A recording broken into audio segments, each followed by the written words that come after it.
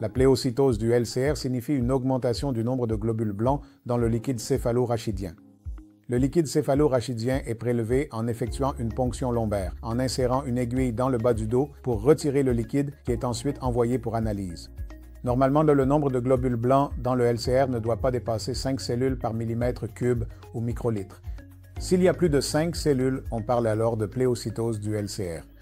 Si le nombre est compris entre 5 et 25, on parle de pléocytose légère. Entre 25 et 100, on parle de pléocytose modérée et au-dessus de 100, on parle de pléocytose sévère. Si le nombre de cellules dépasse 100, c'est le plus souvent dû à des infections, le plus probablement des infections bactériennes, ou parfois cela peut aussi se produire dans la tuberculose, ou plus rarement lors d'infections virales.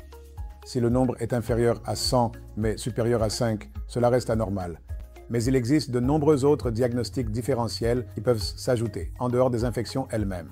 Il peut s'agir de cancers provenant du reste du corps qui se sont propagés au méninge. Cela s'appelle une méningite carcinomateuse, et cela peut également survenir dans d'autres affections auto-immunes de l'encéphalite. Et cela peut arriver chez des patients ayant subi un AVC ou même une sclérose en plaques ou des troubles démyélinisants.